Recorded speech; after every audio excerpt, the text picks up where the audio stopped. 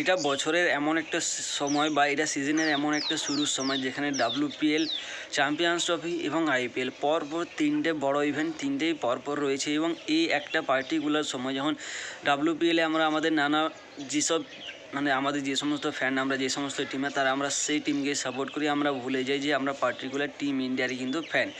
তো এই সময়টায় একটু লড়াই ঝামেলা, বন্ধুই একটু বিতর্ক বা তর্ক বিতর্ক চলে যে না ভাই আজকে রোহিত শর্মা ভালো খেলেছে, আজকে বিরাট কোহলি।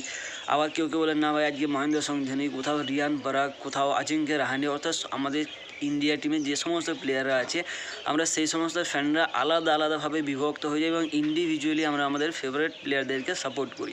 তো সময় শুরু হয়ে গিয়েছে, আজ সন্ধ্যা 7:30 থেকে শুরু হতে চলেছে WPL-এর প্রথম ম্যাচ। এবং এর পাশাপাশি রয়্যাল চ্যালেঞ্জার বেঙ্গালুরু বা RCB তাদের আরও এক নতুন ক্যাপ্টেন পেয়েছে, ক্যাপ্টেন ফ্যাফ ডু প্লেসিসের পর ক্যাপ্টেন রজত পাটিদার। এবং রজত পাটিদারের ওয়েলকামের জন্য যে পোস্টারটা RCB বানিয়েছে, এক কথায় বলতে গেলে হ্যাটস অফ।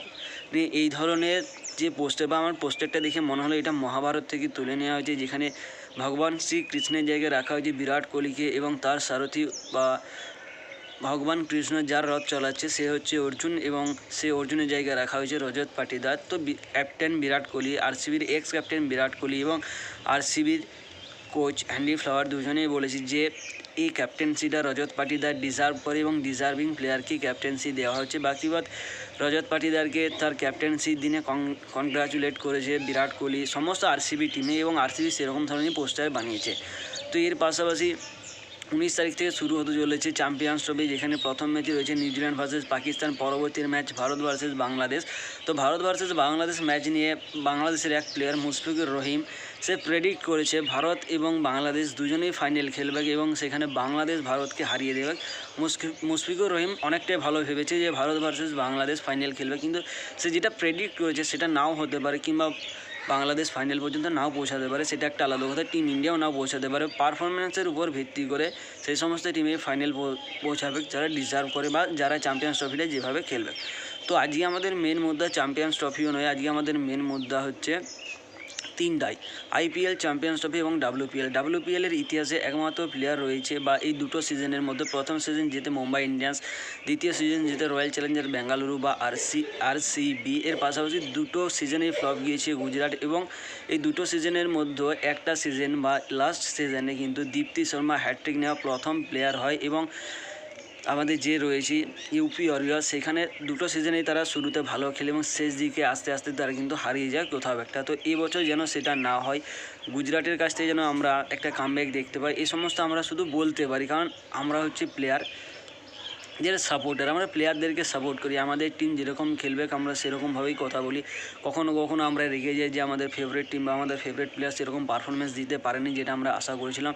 আবার কখনো আমরা ইমোশন হয়ে যাই যে আমাদের প্লেয়ার বা আমাদের টিম সমস্ত কিছু দিয়ে চেষ্টা করার পরেও তারা ম্যাচটা জিততে পারলো না বা খুব ক্লোজ এসে হেরে গেল।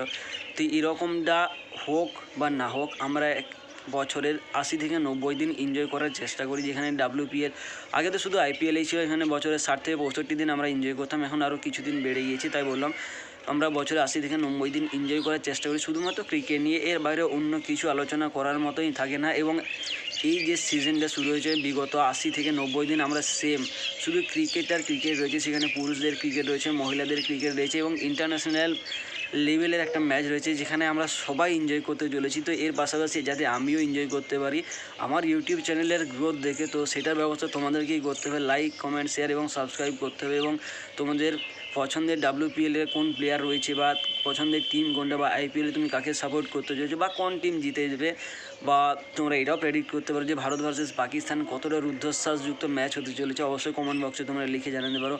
বাকি সুস্থ থেকো, ভালো থেকো এবং হাসতে থেকো। আজকে অবশ্যই WPL-এর ম্যাচ এনজয় করে, কারণ বিগত 80 থেকে 90 দিন শুধু IPL, WPL, চ্যাম্পিয়ন্স ট্রফি রয়েছে। তো বিশেষ আর বলার কিছু নেই। সন্ধ্যে 7টায় টিভির পর্দায় চোখ রাখো, সুস্থ থেকো, ভালো থেকো, হাসতে থাকো এবং এই ভাইকে ভুলে যেও না লাইক, কমেন্ট, শেয়ার এবং সাবস্ক্রাইব করে পাশে থেকো।